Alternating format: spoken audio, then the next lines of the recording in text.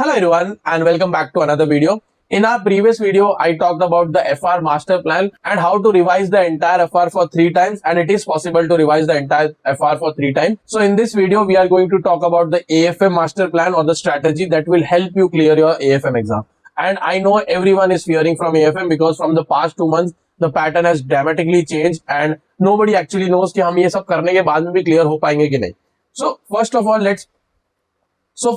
let's address that question. उसके बाद में I will go through this strategy कि if you study entire AFM, will you be able to clear it? और उसमें से भी कोई नए questions आ जाएंगे random से that you will not be able to follow. First of all, let's go through the numbers. AFM paper में Jan 26 was a shocker, May 26 was a shocker. Okay, the results were 10% and 12.5 or 14%, right? CA final के results. So even if you see आपके जितने भी shocker हो, ठीक है, your results are not change. And even May 26 paper तो इतना out of the box था that no one was able to even like say that मेरे को 40 आएगा. स्टिल वहां पे आपको देखोगे तो परसेंटेज सबसे ज्यादा है. सो इट इज नॉट दैट कि आप पूरा कर लोगे और नहीं आया तो क्या होगा. If you do it properly, do it and give you 100% in the exam. अगर पेपर बाहर से भी आ जाए, कुछ भी आ जाए, ICAR will give you grace marks. इतना दिमाग में लेके चलो कि आपको ग्रेस मार्क्स मिलेंगे if you do your paper properly. Okay, this is important. आपका एग्जाम आपको अच्छी तरीके से देना है एंड उसको कैसे देना है, उसके लिए ये पूरा का पूरा strategy. So if you have now felt comfortable कि ओके पूरा का पूरा पढ़ना अच्छे से है, उसके बाद it is not in your hands, it is not in anyone hands. So how to study AFM, this is very important because AFM is the only chapter जहां पे आपके सभी चैप्टर्स में से एक क्वेश्चन आएगा ही आएगा. This is mandatory. वहां it has been a trend, it will stay the trend कि आपको एक क्वेश्चन तो आएगा ही आएगा. 4-5 मार्क्स का आपका हर एक चैप्टर इंपॉर्टेंट, ठीक है. So what you have to do, first revision से keep this in your pattern कि आप स्मॉलर चैप्टर से चालू. Don't start with security valuation और पोर्टफोलियो मैनेजमेंट और your forex chapter. If you want to start with, don't start with that because it is necessary. AFM में आप rhythm बनाओ and also understand how AFM works because AFM is not a normal subject. ये नया subject है and final में ही ऐसा एक subject है. So you will not feel comfortable with this subject if you start with the toughest chapters. So you have to start with smaller chapters. Smaller chapters में आपके mutual funds आ गए. I also feel merger and acquisition अगर आप first division के under देखोगे है बहुत बड़ा, but it is very easy. Like बहुत simple क्वेश्चन है उसमें. Then there is advanced capital budgeting, risk management. All these are small chapters. So you start with small chapters. उसके बाद में ऐसा नहीं कि पूरा स्मॉल कर लिया फिर बड़ा करो, नहीं. Do mutual funds, do advanced capital budgeting, do risk management. उसके बाद में add a difficult chapter in between. As simple as that. So you do portfolio management after mutual fund as well as advanced capital budgeting, फिर portfolio management. Then you do risk management chapter, business valuation chapter, then you do security valuation. So in this manner you have to do 2 छोटे chapter या 3 छोटे chapter, 1 बड़ा chapter. Because then you will be in a flow to complete entire AFM and you will not get bored or you will not feel it is a tough subject. Okay, and then what you have to do is you have to do the connected chapters together, and there are 4 connected chapters जो आपको याद रखने हैं. That is forex chapter. Forex के connected में derivatives के साथ साथ IRRM and IFM. All these 4 chapters are connected. It is connected to forex. So if you start with forex, majority जो concepts है उसके अंदर वो आपको derivatives, IRRM, IFM ये सब में आपको मिल जाएंगे. So those 3 chapters become easy. अगर आप फॉरेक्स अच्छे से कर लो, उसके कॉन्सेप्ट अच्छे से समझ लो, आपके बाकी के 3 चैप्टर्स नॉर्मली आपका 60% जो वो चैप्टर है वो आप इजीली कर पाओगे. 40% ऑफ कोर्स नया कॉन्सेप्ट होगा, दैट इज फाइन, बट बाकी के जो 60% कॉन्सेप्ट है जो if you start with IFM और IRRM थिंकिंग दैट इसके अंदर 10 या 12 ही क्वेश्चंस है, but you will not understand it because it is connected to forex chapter. So that is the reason you start with forex, then you do derivatives, IRRM and IFM, and this is how you study the entire AFM subject. Chapter wise देखोगे तो AFM में इतना कुछ subject इतना मतलब लंबा नहीं है जैसे FRA और DT है. You have only 10 to 11 chapters, but conceptually अगर आप देखोगे it is a new subject and concept आपको समझ ही नहीं आएंगे. कुछ चैप्टर्स ऐसे होंगे जो आपके सर के ऊपर से जाएंगे फर्स्ट डिवीजन में. So you can refer to the revision videos जो मैंने आपको FR में भी कहा है कि फर्स्ट डिवीजन आप रिवीजन वीडियोस आराम से देख सकते हो, अच्छे से देख लो, उसको समझ लो वापस से, बिकॉज सेकंड से आपको नहीं टाइम मिलेगा. स्पेशली AFM में तो बिल्कुल टाइम नहीं मिलेगा. सो 10-11 चैप्टर्स है, but make it a flow. जैसे मैंने आपको बोला छोटे चैप्टर्स, बड़े चैप्टर्स और जो कनेक्टेड चैप्टर्स वो एक साथ करो, then you will feel okay, it is a comfortable thing to complete. Then this is the most important thing कि आपको थियरी चैप्टर्स स्टार्टिंग रिवीजन से चालू करने. You can not skip the theory chapter, specially the 4 theory important theory chapter. Okay ये जो 4 chapters है उसको तो आप भूल ही नहीं सकते। Like you have to start studying from the first revision itself. 2 दिन आपको देने या 2 या 3 दिन whatever the time it takes, आपको थियरी चैप्टर्स पढ़ने ही पढ़ने from the first revision and you have to make the notes of all the theory chapters। जो चारों चैप्टर है उसके नोट्स तो बनाना ही है। If you go through my Telegram channel you will find how I made the notes, तो वहां पे आप डाउनलोड कर सकते हो। बट आपको अपने नोट्स बनाने, बिकॉज एक आप पूरा का पूरा वापस से सेम टू सेम स्पीड में नहीं पढ़ सकते बिकॉज आपके पास टाइम ही नहीं रहेगा। सेकेंडली नोट्स बनाओगे तो आपको समझेगा ओके ये वाले पॉइंट में यही चीज इतनी पढ़ी, because if you go through the theory chapters इतने बड़े बड़े पॉइंट्स है, एक ही पॉइंट के अंदर इतना बड़ा थियरी है वो, बट आपको उतना थियरी लिखने का कोई मार्क्स ही नहीं है। उसमें से 2 या 3 कीवर्ड्स है जो इंपॉर्टेंट है वो आपके समरी नोट में आ जाना चाहिए, उतना ही आपको पढ़ना है, उतना ही आपको एग्जाम में लिखना है। And if you see my AFM RTI paper also you will realise कि मैंने एक थियरी क्वेश्चन में तो सिर्फ 4 पॉइंट्स लिखे हैं और 4 पॉइंट्स के अंदर 4 वर्ड्स लिखे हैं, still I receive 3 marks. So it is not necessary आपको पूरा भर भर के लिखना है, only the keywords, only the key points are mattering. और जो ऑडिट में भी सेम है और एएफएम में भी सेम है एंड एवरी थियरी क्वेश्चन वहां पे सेम ही कॉन्सेप्ट है कि keywords are important. So make notes of your entire theory chapters, but पूरे लिखने की जरूरत नहीं, इंपॉर्टेंट पॉइंट्स लिख दो बहुत हो जाए। And in this manner your first revision should complete bye at least 10 to 12 days। ज्यादा मत देना 14, 15, 20 दिन। It is not feasible that you give subject like AFM 50 more than 15 days। 15 days it should be your cut off, उससे ज्यादा दोगे तो आप time waste कर रहे हो, ठीक है। Now coming to the second revision, after you give your first revision आपको मॉक लिखना ही लिखना है। लाइक मैंने यहाँ पे नहीं लिखा है but that doesn't mean you skip mock. Every revision that you do you have to give a mock. वो मतलब आपका नॉन नेगोशिएबल पार्ट में आ जाता है। Even if I don't write it here, 2 revision 2 mock test तो देने ही देते हैं, ठीक है। After you give your mock you have to, before starting your second revision you have to evaluate your mocks. Like what are the important chapters that you are not feeling good, जो question ही समझ में नहीं आ रहे उस chapter से related, या question समझ में आ रहा है बट कॉन्सेप्ट ही भूल गए। All those things you can only understand after you evaluate your mock paper. So अच्छे से you have to evaluate your mock paper and then you have to plan your second revision कि okay ये chapter मुझे ज्यादा focus करना है और ये चैप्टर में मुझे कम फोकस करना है, because I am able to understand and write these questions. Okay, you have to revise everything now in the same manner. But as I have told you in the FR strategy as well, in the second revision you have to do everything manually.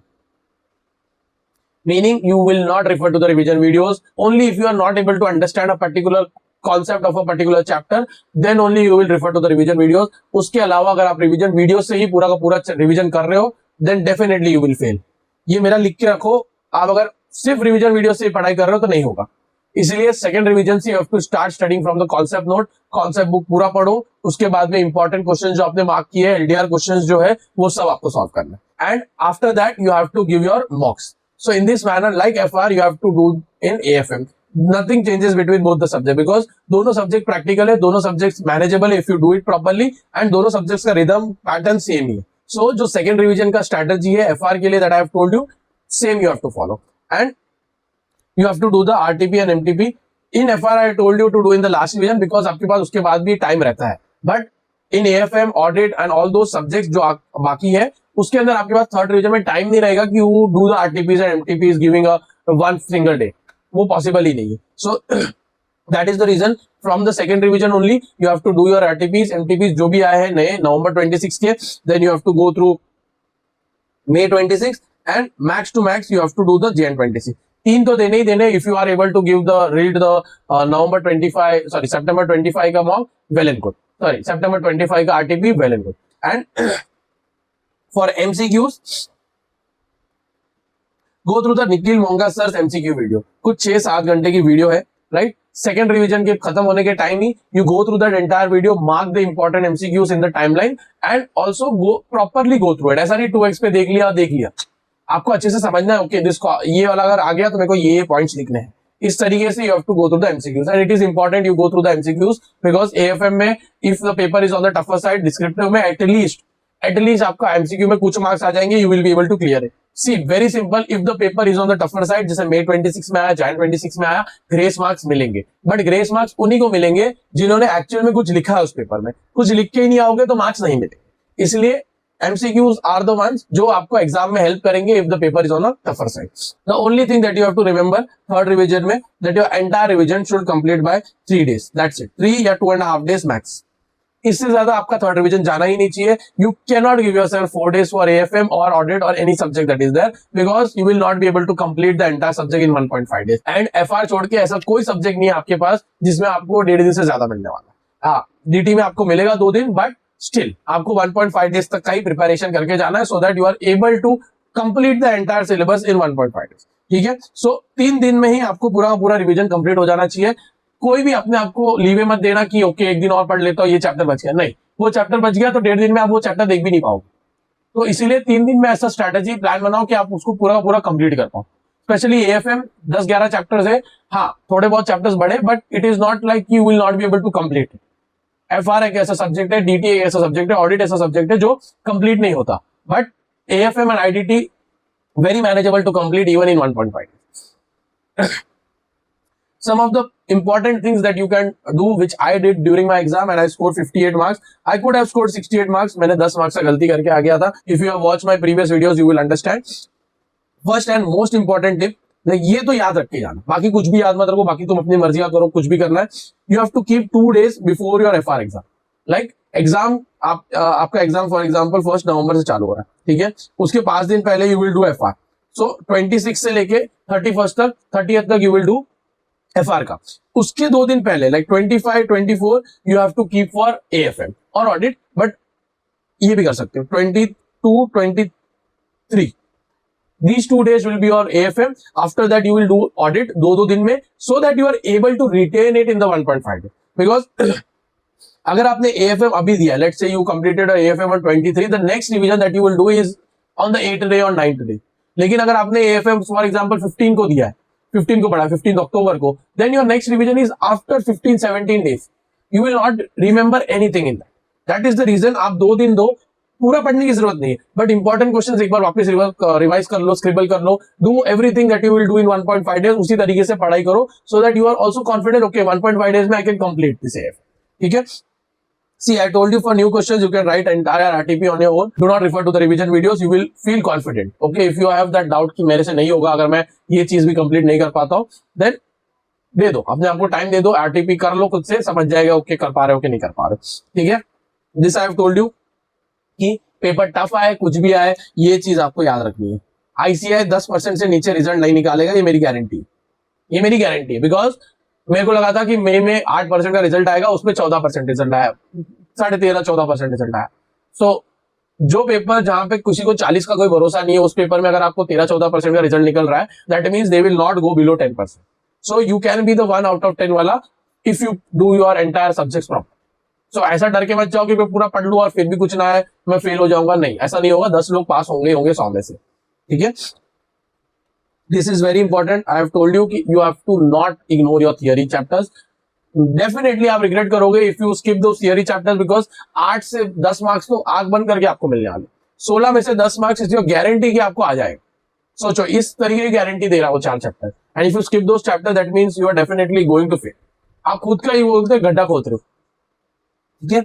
See, one more thing, ये I have added this point after the discussion कि 1.5 days में ऐसा नहीं है, you just have to go through the entire question, read through it and then you will do it. You have to scribble all the LDR questions. लिख के करो पूरा revision 1.5 दिन में. what you do, you have to revise it, scribble it, because you will not retain it in your exams. Like I felt this, I lost 10 marks of mine because I was not able to retain it. Even though I scribbled it, I was not able to retain it. तो अगर आप पूरा read करके जाओ तो घंटा कुछ याद नहीं रहेगा. इसीलिए बोल रहा हूँ, scribble every question that you do in your 1.5 days and do your theory at last. Like जो एग्जाम का दिन है उसी दिन थियरी करो, 2 घंटे 2-3 घंटे जो देने दो, बट उस दिन करोगे तो you will be able to retain it in your exam hall. एक दिन पहले स्टार्ट करोगे तो आपको कुछ याद नहीं रहेगा. Then you will not feel confident कि ओके यार मेरे को पॉइंट ही याद नहीं रहेगा. So that is the reason you do your theory at last and you scribble every important question that is there in your 1.5 days. So this was the entire AFM strategy. I think so you might have found some nuances that is very important to clear your exam. And secondly, I have told you in the previous video कि अगर आपका first attempt या second attempt या third attempt whatever the attempt was, ask that student जो fourth या fifth या whatever the attempt that they have given, उसके बाद वो पास हुआ. Like first attempt student can give you a knowledge जो फर्स्ट अटेम्प्ट के लिए काम आता है. सेकंड और थर्ड अटेम्प्ट के लिए there are some thing that are important जो मैं नहीं बता सकता. Like I have found from my friend जो सेकंड अटेम्प्ट में अपना DT क्लियर किया, he told me कि बीबी सर से भी इंपॉर्टेंट एक और अच्छे सर है जो अच्छे से कॉन्सेप्ट्स पढ़ाते. That I will never understand because मैं वो गया ही नहीं. but that student will tell you कि okay, you have to study from this guy because this guy will help you pass the exam. So in this manner, आपके जो भी friends है जो second third attempt में clear हुए, ask them कि okay, what I have to do, what are the changes that are needed, or what is the way that you clear your CA exams. I can give you a manner कि first attempt में clear कैसे होते हैं, या this is the ढांचा, like this is the base. If this is not there तो आप clear होने नहीं वाले हो. But इसके अलावा भी अगर आपने सब कुछ अच्छे से किया हो, सब कुछ अच्छे से कर रहे हो, and then also you are failing, that means either your luck is not good and you cannot go by luck in your exam, so you have to change something, and that change can only be told to you by a friend who has failed and have realized okay, what was the mistake, and then pass the CA exam.